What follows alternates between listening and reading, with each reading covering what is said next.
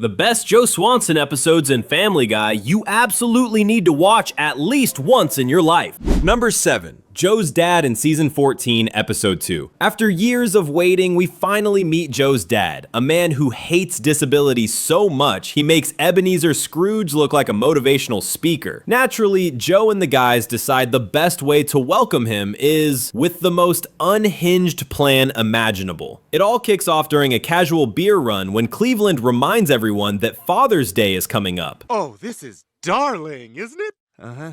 Glenn, do you think you'd see my bra through this blouse? I don't know. Is it too sheer? I don't know what that means. Glenn, do you think it's too sheer? I said I don't know! Peter suddenly realizes they've never met Joe's dad and demands answers like he's hosting a budget talk show. I've been sleeping with your sister.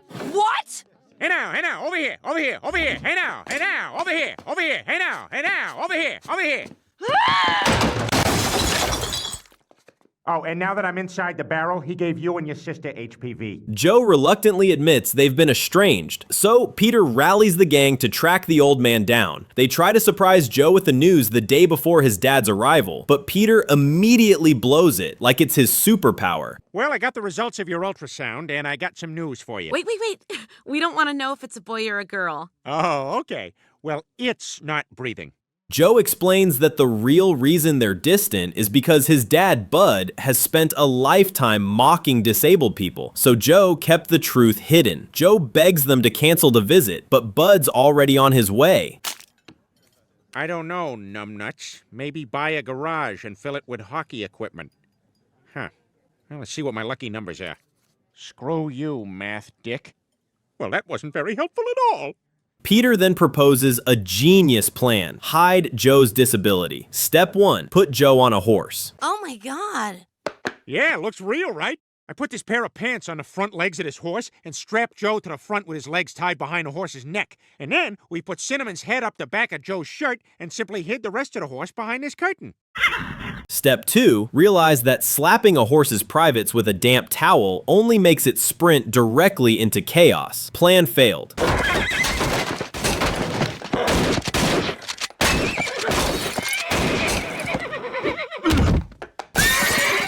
Then Cleveland suggests something even dumber. Peter and Joe should swap clothes and pretend to be each other. It seems like a bad idea. Look, Lois, Joe is one of my best friends, all right? I'm only doing this to help him. Besides, wait till you hear my Joe voice.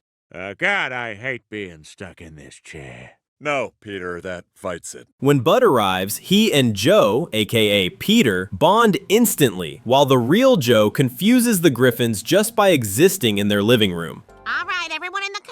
We got a Father's Day dinner reservation. Why is Mr. Swanson coming? And why is he dressed like Dad? I don't know, kids. I stopped asking after your father said he shot a horse. During a ride-along in the police cruiser, Peter and Bud roast Joe for being disabled like it's some kind of father-son comedy special. That's the guy who emailed me? Huh. No wonder it was all caps with tons of typos. He's a waterhead, right? Yeah, he's a mess. Look at his ugly kids. Pathetic. He's not fitting. Just put some of them in the back like skis. And right as Bud gets ready to leave, Peter proudly announces he invited Bud to move in with Joe and Bonnie. What? Peter, this is crazy. Nah, it's gonna work out fine. Oh, and remember, Joe, if Lois is feeling frisky at night, it's index finger around and clockwise. And just keep doing that to yourself until you're good to go. Joe and the Griffins beg him to stop, but Peter refuses, thrilled to finally have a father figure, even if it's someone else's father. I'll be honest, Lois, this hurts. Hurts like the dickens. I finished my latest novel, Splendid, Charles. What is it called? Oliver Nipple Twist. Ow! Oh, Charles, you bastard! Yeah, the Dickens. It hurts like the me. While hanging out with Bud, they spot Joe outside taking out the trash. Peter gets sent to tell him to hide inside, but the argument escalates into a full-blown brawl. Joe beats Peter down and reveals the truth. He's the real Joe. How do you like that? You're getting your ass kicked by a cripple! A helpless, spaghetti-legged cripple! What are you doing? You're my son. You can't let yourself get beat up by a guy in a wheelchair. Your son is a guy in a wheelchair. Bud finally cracks, admitting his lifelong cruelty came from fear that he or someone he loved might end up disabled. He apologizes, and Joe forgives him.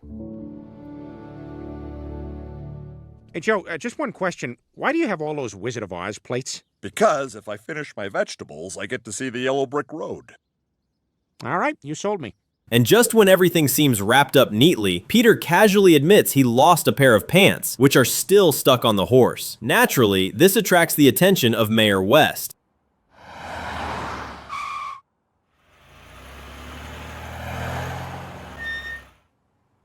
Excuse me, are those Bugle Boy jeans?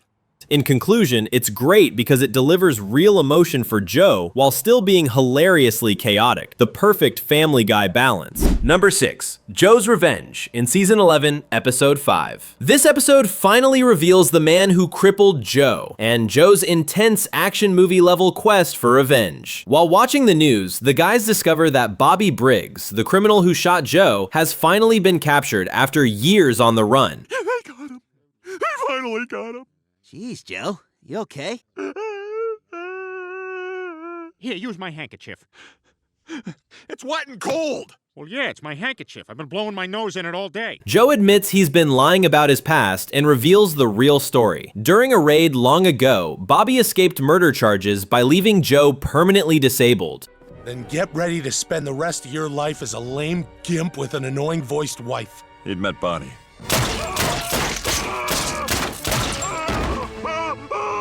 Briggs got away. But the celebration doesn't last long, because when Joe gets home, they learn Bobby has already broken out. Well, this seems like a good time to be heading out.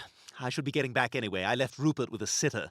Well, you know where everything is. Feel free to help yourself to anything in the fridge, and Mr. Conman here can have pudding or ice cream, not both. Joe demands the sheriff let him handle the case, but he's shut down immediately. Bronson, you know your assignment. You get me the guy who's been rubbing his butt all over Dunkin' Donuts.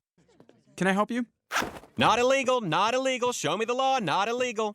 Back at the bar, Joe is ready to give up, but Peter, the last person who should inspire anyone, convinces him to hunt Bobby down together. Well, if you're gonna do it, you're gonna need someone who's very good at disguise. Who said that? I'd love to go with you, but I can't. I'm supposed to be the gift table at a bar mitzvah tomorrow. Joe then reveals his top-secret Bobby hunting bunker, complete with enough evidence to make the FBI look lazy. And your baby daughter share a room just so you can keep a weirdo, beautiful mind room? Isn't that a little bizarre? And then we dug the bullets out of that Iraqi family's skulls so they couldn't be traced back to us. Today, I saw a balloon. Meanwhile, Quagmire leaves his beloved cat with Lois, complete with a 47-page care manual. Brian, jealous of how much attention the cat gets, spirals into Chris-level stupidity, trying to prove cats always land on their feet. Oh my God! Oh, my neck! Oh my God, Brian! And also tries copying the cat's massage routine on a sleeping Lois. Meow. Purr. Purr. I think you're dreaming. No, I'm not.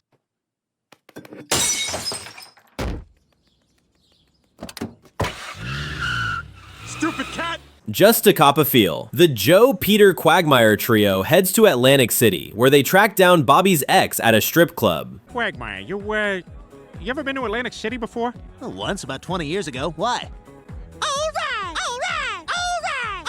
Joe's interrogation fails miserably, so Quagmire steps in with his adult professional skill set and gets Bobby's location instantly.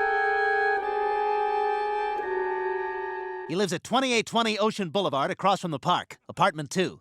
Atta girl. Okay, now spit in your own mouth. This is a cool place. They break into Bobby's house and capture him, only for him to escape again like a discount James Bond. I'm pretty sure I've heard people call you Spidey. Yeah, close friends. What's your name? Peter? Hey, Petey, do stuff for me. Oh, I don't like that. Yeah, you don't like it. You're a fat nobody and I'm Spider-Man, so how do you think I feel? As Joe breaks down over losing Bobby, the trio gets arrested for interfering, until Joe realizes the local cops are corrupt and helping Bobby hide. Yeah, what the hell? You should be out there arresting the real criminals. Like switchblade-wielding white guys from movies and TV who don't talk like people talk. Easy, mama. Hand over that purse and everything will be real cool, you dig? Quagmire slips out of his cuffs using the Swiss Army genital he claims to have learned in the military, and the guys steal a police car to escape. Don't look right at it.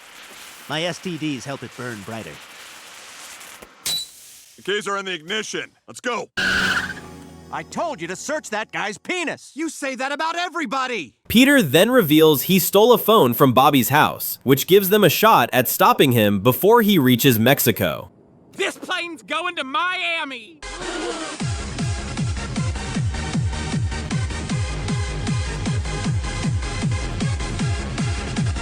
At the border, they scan traffic until Bobby finally appears. Sombreros, maracas, ceramic Winnie the Pooh dolls. Get them now, folks. You're not gonna find this stuff in Mexico. Come on, what's going on up there? Briggs! Joe charges after him, gun drawn. He aims only to injure Bobby, but accidentally hits an artery, killing him on the spot. Revenge accomplished, but way messier than planned. Oh my God, that was so awesome. I saw everything. You were all like, rah, rah, rah, rah, rah, and Briggs was all like, rah, rah, rah, rah, rah, and then you were all like, and then Briggs's legs were like, In conclusion, the episode stands out because it turns Joe's backstory into a wild mix of action, dark comedy, and pure Family Guy absurdity, giving Joe one of his most intense and memorable storylines. Number 5. Joe and Peter become the law in Season 15, Episode 15. The chaos begins when the guys discover Joe has been fired and reassigned to the very dignified duty of caring for a police department guinea pig. So you just erasing cop wieners all day? Yeah, not erasing, sort of cutting them together into a funny montage we show on birthdays. Speaking of which, Flanagan's got the big 4-0 coming up. Gotta go. Joe insists he's fine, but Peter, in full unfiltered honesty mode, says Joe is just seeing a gray world through rose-colored glasses. What do you think? Harold? Get this off of me! What are you doing in the women's department? Waiting for you? Well, I'm ready. Let's go. Who are you? When Peter gets into a car accident and Joe drives him home, a call comes in about a drug operation nearby. Joe wants to wait for backup, but Peter, armed with a borrowed gun, charges in like a man who's seen exactly one action movie and misunderstood all of it. reach for the stars. What? I think he's telling us to follow our dreams. Where are the drugs? What are you doing? You are violating all kinds of procedures. There's no drugs here, pig. Amazingly, he catches the criminals red-handed before they can flush the evidence. Aha! No drugs, huh? Well, what do you call this? And I bet there's more where that came from. They're trying to flush their stash. Nice try, scumbag, but I got your squishy drugs right here.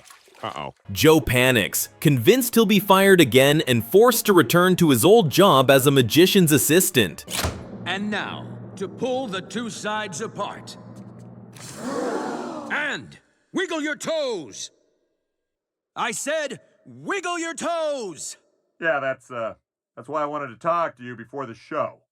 But when Joe is summoned to the chief's office, expecting doom, he's instead praised for busting the case. You keep up this kind of work, there'll be no more grocery runs for you. You'll be back on the street full-time. Thank you, Captain. Sir? Thank you, sir. Thrilled, Joe swings by the Griffin's house and invites Peter to patrol with him. Peter is pumped, bragging that he's in peak combat mode after beating the crap out of a Dave Matthews punching bag. Thank you very much for using me today. This isn't annoying enough. I need my David Lee Roth bag. The two team up and clean up the streets like an unhinged, legally questionable buddy cop duo.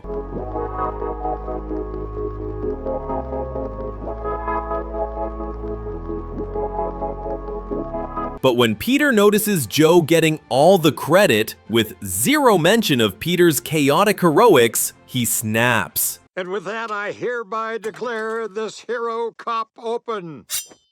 Whoa, sweet bod. You lift, bro? Damn it, I can't believe Joe's hogging all the credit. He storms into the police station to blackmail Joe, starting by demanding random items from Joe's house. Why is Peter in the house? It's a police matter, Bonnie. Hey, how come Kevin's room is locked? He just wants some privacy. It's locked from the outside. Don't open it, Peter. Joe finally breaks and decides to confess the truth, but not before they stumble upon an armed robbery at the Quahog Mini-Mart. They decide to stop one last crime together. Yes! All right, let's do it. Let's go be heroes, like the designated shriver. Is there a skeleton with a wig that can drive me home? I can. Look at this mess! Where is the housekeeper?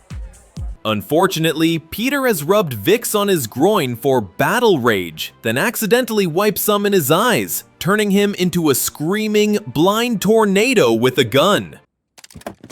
Am I getting them? Am I getting the robbers? Carl pepper sprays him, making everything infinitely worse, and both Peter and Carl get taken hostage by the robbers. Aw, damn it, Peter!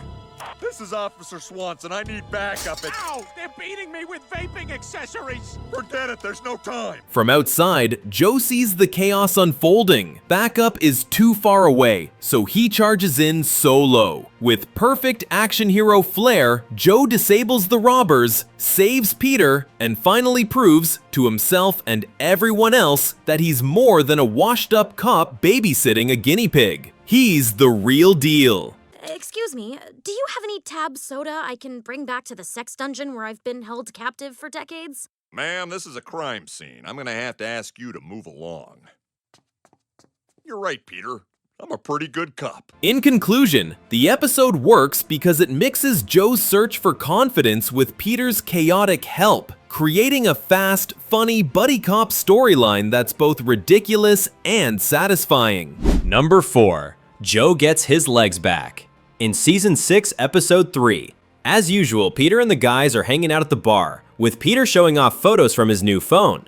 Hey, check it out, you guys. I got a new cell phone that takes pictures. Look, I took a picture of Lois's poo. Oh, that's hilarious. You should email that to me. Suddenly, Lois, Bonnie, and Bernice show up, and Peter instantly declares this worse than any Jack Black movie ever made.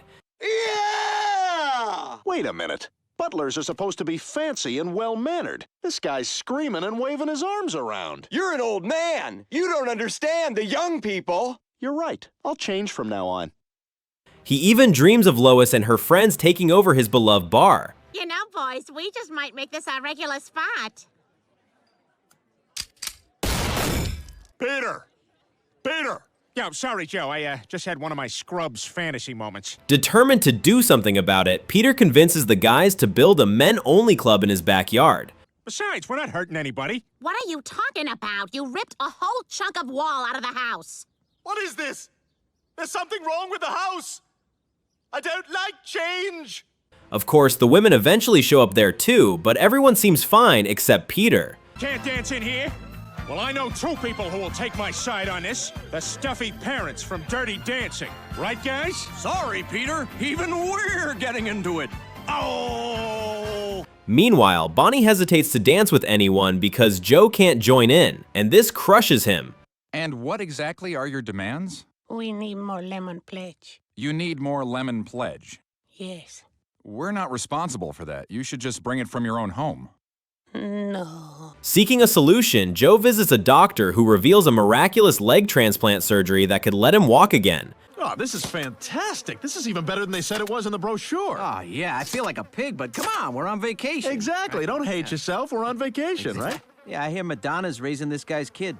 The surgery is a success, and Joe rejoices, finally able to participate in activities like a musical performance and karate with the gang. We don't even know what a dojo is. There's no mercy in this dojo! Joe, why don't you take it down a notch? No mercy!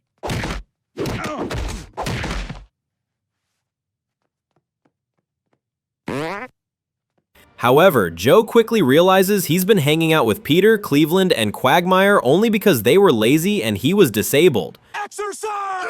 I'm gonna do sit-ups till I poop myself! I can't believe it. Joe just dumped us. He's gone. And all we got to remember him by are his old legs. Okay. With his new legs, he decides to spend time with friends who actually want to exercise. Seeing this, Lois suggests Peter and the rest try finding new friends, which predictably goes horribly wrong.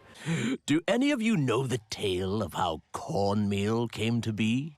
No.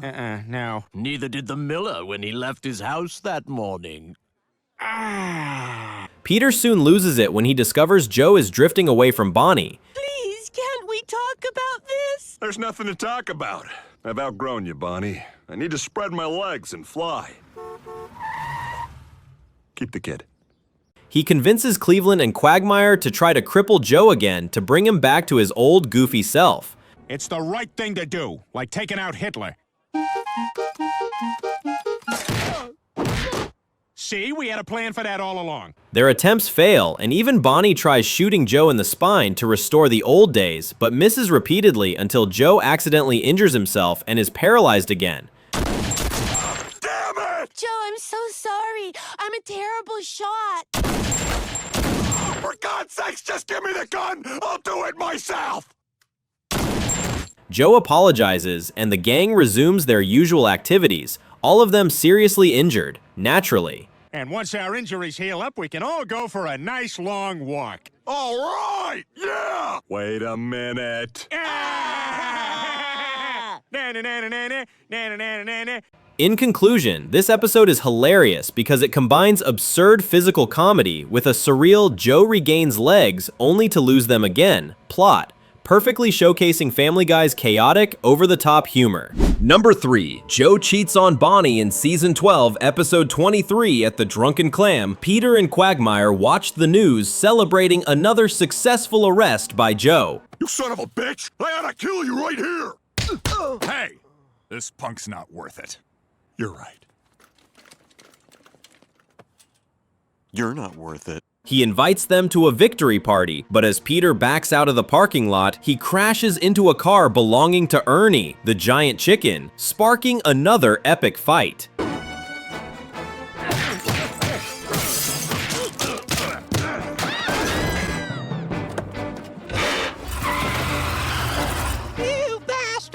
Their battle takes them through Stewie's time cushion, across history, into a genetic research lab, and even into space.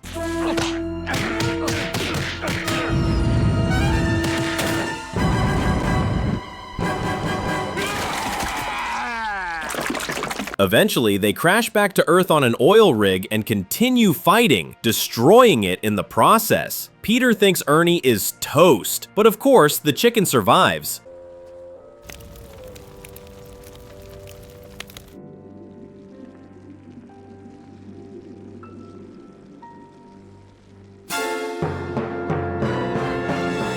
Back home, Bonnie is unimpressed by Joe's accomplishments, prompting him to grumble that he was even invited as a muy importante guest. Muy importante! Muy importante! Muy importante! A donkey just bit a child in the hallway. At the party, Joe meets Nora, a new police officer who immediately flirts with him and kisses him. Hey, Officer Swanson? Yeah. You know how they say never meet your heroes? Well, they don't say anything about kissing them. Whoa! Peter wonders who's protecting Quahog if all the cops are at the party, only to conclude it must be Consuela. No. No. No. No. What the hell? Come on! No drive. He's wet. Joe tells his friends about Nora's interest, and they egg him on to get revenge on Bonnie for her carelessness in foreign affairs. I go down there a couple times a week to have CB sex. Lois has no idea. Breaker 19, what's your 20? Oh, it's so hot just knowing you're in a truck. The next day, Nora tries to apologize, but when Bonnie accidentally interrupts a call with Joe, he decides to take advantage of Nora. Hey, Quagmire, we're in Joe's head. Hey, let's mess with him. I'm gonna leave a fart trapped in here. All right, let's get out of here. I want you. Bringing her to his disability-friendly resort, even though he isn't physically capable of carrying out a relationship. Thanks, Joe. It was getting a little chilly in here. Well, that's because you're all the way over there. Well, let me fix that. Oh, Joe. Oh, Nora. Did you bring protection? Oh, don't worry. Nothing comes out of the front. The following day, Joe admits he feels guilty, but Bonnie has overheard everything and reveals she never actually cheated in France. A heated argument ensues, and both threaten divorce. I perform purification rituals on my body after we have sex. I find it cleanses the immeasurable sadness of having lain with a wretch. I want a divorce! You got it! Sorry, I opened some of the gifts. Back at the Griffin house, the gang debates their involvement in the Swansons' drama. Over drinks, Joe recounts meeting Bonnie when she was a stripper.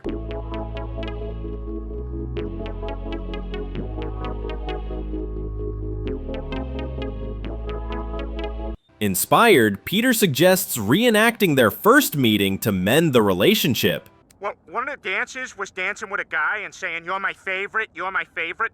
But now she's dancing with another guy. That's not a crime. Well, shouldn't it be? I'll be right there. At the Fuzzy Clam, Joe rushes to meet Bonnie. They hear each other's favorite song, apologize, and Bonnie proposes a striptease. But Joe dances instead. In the end, they forgive each other and reconcile.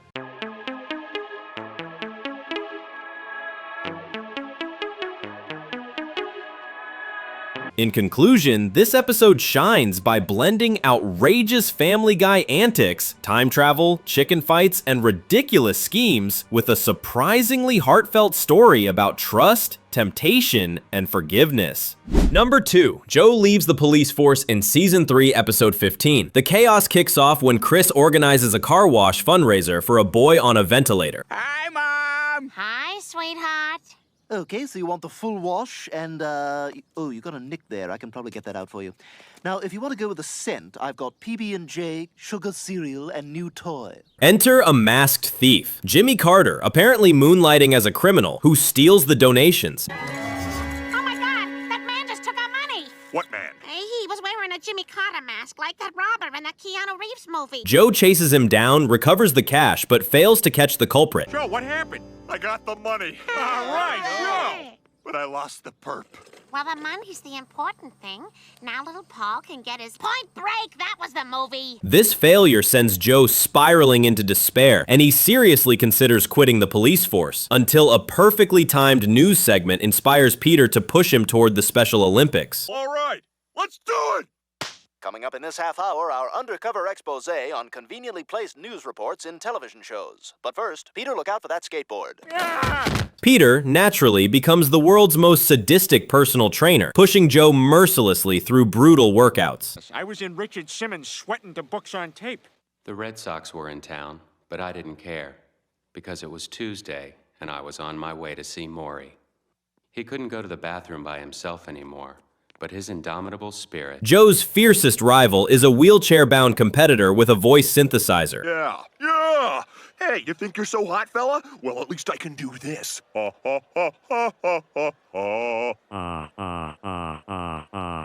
crap.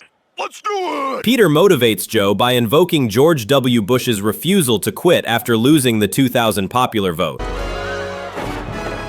Way to go, Joe! Yeah! How do you like that, buddy? A sphincter says what? What? Ha ha ha ha ha, you stupid bastard. Joe dominates the decathlon until a pathetic long jump nearly costs him gold. That was pathetic. Tell your wife to come over to my place if she wants a little boom shakalaka. Boom shakalaka. Boom shakalaka. Boom. Enter Peter's secret plan. He slips steroids into Joe's sports bottle, stolen from Mort's pharmacy, and suddenly Joe storms to victory, claiming the gold medal.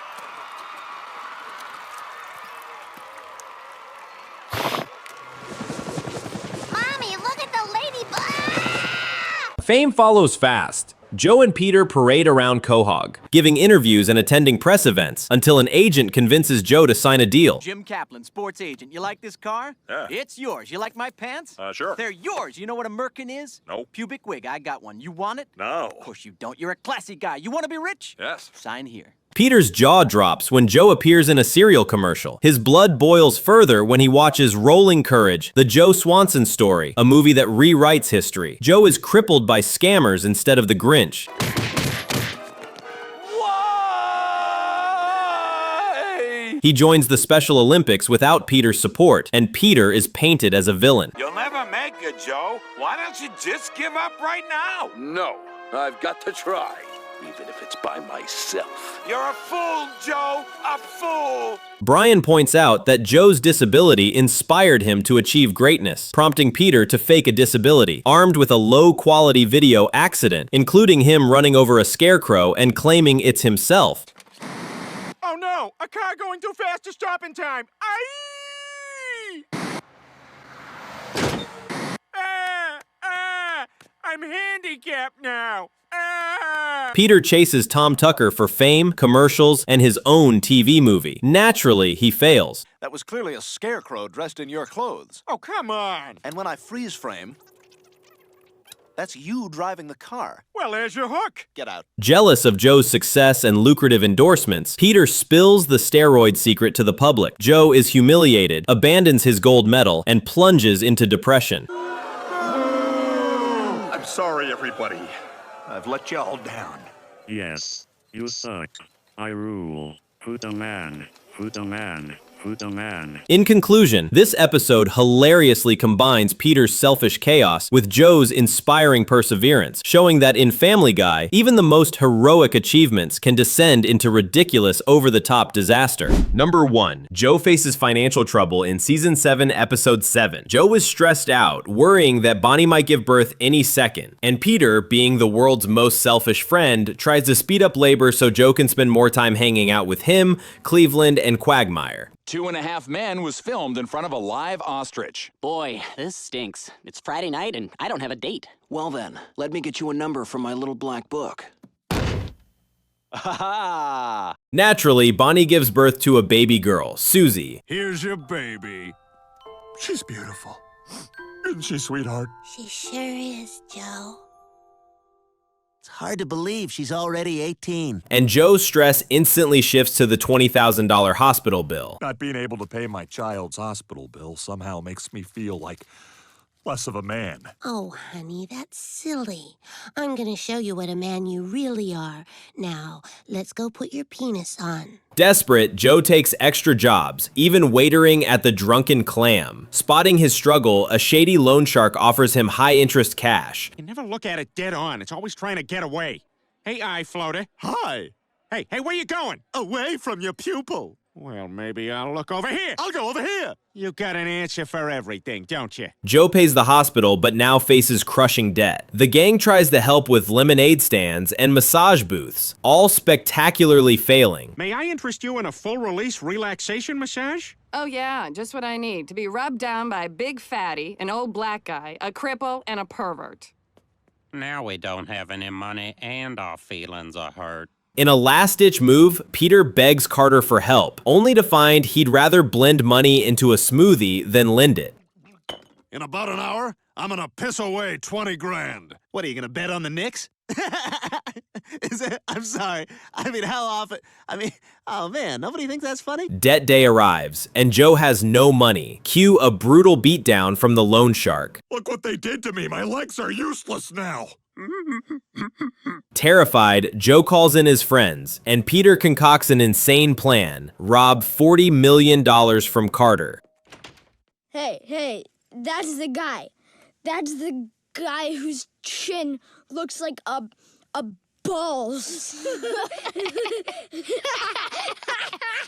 Quagmire is thrilled, imagining a B-list movie funded by the heist. We've got 24 hours before those terrorists set off that new type of bomb that makes an invisible explosion. What are we gonna do? Let's get back to headquarters. Should we take the helicopter? No, let's walk. It's a nice day. They infiltrate Carter's party, attended by Bill Gates himself. Hey, Bill, would you help me program my Zune? Oh, wait, I have an iPod like the rest of the world. Why, you? Cleveland's job, find the doors. Peter and Quagmire distract the guests with some wildly inappropriate dancing. Cleveland finds the first door and uses Reese Witherspoon's pointy chin to saw it open. Uh-oh, it's a combination lock. Looks like I'm just gonna have to cut through it. Good thing I brought Reese Witherspoon's chin. At the next door, he impersonates Carter's voice, astonishing Peter. It's me, Carter. I want my money. Voice print verified. How the hell'd you do that? I can do you guys too. Hey, everybody. Oh, hey, Peter. No, it's still me. Oh. Quagmire then performs a uniquely absurd lock-breaking routine at the third door. Let me handle this. That's amazing. How the hell did you match it? Oh, I didn't match the shape. I just stuck it in there and broke it. Finally, they reach the vault. Peter marvels at the dough, more money than a Swedish bakery could ever dream of. Look at all my dough. I'm covered in dough. Peter, you're covered in dew.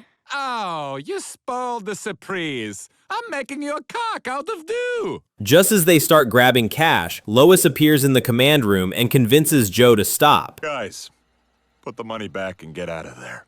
What? Are you out of your mind? Tell him, Megatron. Do as I command! Okay, jeez. She then persuades Carter to hand over the money, explaining she'll use it to hire a divorce lawyer. When Peter asks if she's joking, Lois says nothing, leaving him horrified and slightly confused. You're joking about that, right? Lois? You're joking, right? Lois? In conclusion, across these 7 episodes, Joe's storylines brilliantly balance heartfelt character moments with over-the-top, chaotic Family Guy comedy. From revenge, financial disasters, and personal triumphs to Peter's unfiltered stupidity. Each episode showcases Joe as both a sympathetic underdog and a source of endless absurdity, proving that even the most heroic cop in Quahog can escape total chaos when Peter is involved.